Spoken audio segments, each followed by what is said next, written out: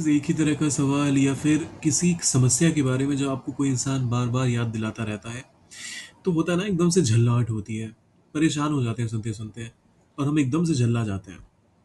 English में क्या कहते हैं इसे? आइए सीखते हैं।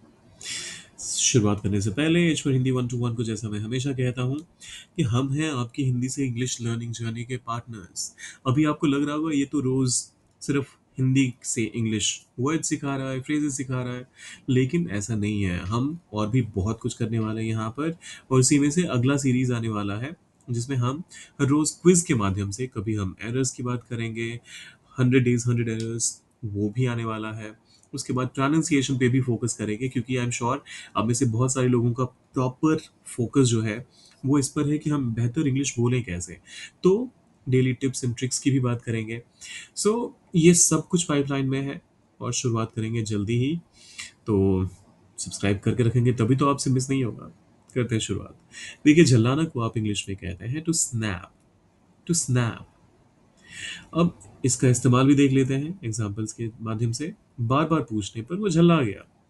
He snapped after being asked repeatedly. He snapped, वो झल्ला गया।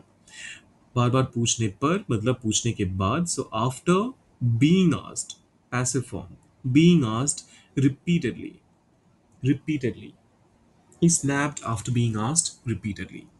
दूसरा एग्जाम्पल कहता है शिक्षक ने छात्रों पर झल्ला दिया। The teacher snapped at the students. जिस पर भी आप झल्लाते हैं उसके लिए हमेशा at का इस्तेमाल करते हैं। So the teacher snapped at the students. He snapped at me. The teacher snapped at the students. तीसरा एग्जाम्पल देखते हैं। वह देर से आने पर झल्ला उठी। She snapped for being late.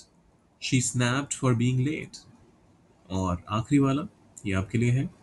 लोग तनाव में झल्ला जाते हैं। इसको कैसे कहेंगे इंग्लिश में? सोचिए, डालिए कमेंट सेक्शन में और जाने से पहले सब्सक्राइब, लाइक और शेयर कर दीजिएगा। मिलते हैं जल्दी।